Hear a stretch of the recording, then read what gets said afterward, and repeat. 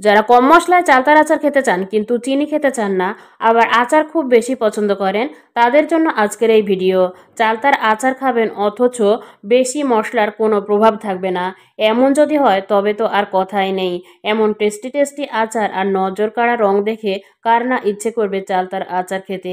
দেখুন সম্পূর্ণ ভিডিও আর জেনে নিন কিভাবে চিনি ছাড়া কম মশলায় চালতার আচার বানাবেন। আর চ্যানেল থেকে দেখে থাকলে চ্যানেলটি সাবস্ক্রাইব করে রাখুন, আর যারা পেজ থেকে দেখছেন তারা পেজটি ফলো দিয়ে রাখুন, তাহলে পরবর্তীতে এ ধরনের আরো দরকারি ভিডিও পেয়ে যাবেন খুব সহজেই। চাল মিষ্টি আচার রেসিপি আর এই আচার তৈরির জন্য কিভাবে আমরা সব চালতাগুলো নিয়ে নিয়েছি তাও দেখাবো পর্যায়ক্রমে। স্টেপ বাই স্টেপ এই আচারের সকল কিছুই এই ভিডিওতে দেখতে পাবেন। আর পরিবেশনের সময় যদি একটু চিলি ফ্লেক্স দিয়ে নেন তবে দেখবেন আচারটি কিন্তু দেখতে আরোই আকর্ষণীয় লাগবে। তো চলুন শুরু করি কিভাবে আমি আচারটি বানিয়েছি। এজন্য আমরা চালতা নিয়ে নিয়েছি। চালতা এরকম ভাবে আমরা ভিডিওতে দেখানো স্টাইলে কেটে নিয়েছি। নেওয়ার পরে এটা পানি দিয়ে সিদ্ধ করে নিয়েছি। সিদ্ধ করে নিলে আচারটি বেশ নরম হয়। আর সিদ্ধ করে নিলে কিন্তু এরপরে কম সময়ে আচারটি বানানো যায়। এজন্য খুব ভালোভাবে সিদ্ধ করে নিয়েছি। নেড়ে চেড়ে বারবার উল্টে পাল্টে সিদ্ধ করে নেওয়া হয়ে গেলে যখন দেখবো যে পানিটি বেশ কমে গেছে এবং সিদ্ধ হয়ে গেছে, ভালোভাবে নরম হয়ে গেছে, তখন আমরা এর মধ্যে এই চালতাটি রেখে তারপরে আমরা দিয়ে দিয়েছি খেজুর গুড়। খেজুরের নালি গুড় বা ছোলা গুড় যেটাই বলে থাকেন না কেন, এটাতে দিলে খেজুর গুড়ের একটা আলাদা ফ্লেভার পাওয়া যাবে এবং দেখুন কালারটি কতটা আকর্ষণীয় এসেছে। জালটি মাঝারি আঁচে রেখে বারবার নেড়ে চেড়ে এটিকে মিশিয়ে দিতে হবে যেন চালতাটি বেশ মিষ্টি হয়ে যায়। আর বারবার যখন চালটি মাঝারি আঁচে রাখা হবে এবং আস্তে আস্তে নেড়ে চেড়ে দেওয়া হবে তখন এটি খুব সুন্দরভাবে মিশে যাবে।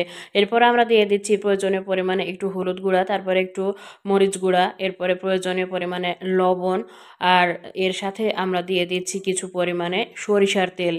সরিষার তেল দিলে একটি আলাদা ফ্লেভার পাওয়া যাবে। আর আচার তৈরি করতে গেলে সরিষার তেল না দিলে কোনো আচারকে যেন পারফেক্টভাবে বোঝাই যায় না। তাই যে কোনো আচারের জন্য অবশ্যই সরিষার তেলটাই হলো সবচেয়ে পারফেক্ট।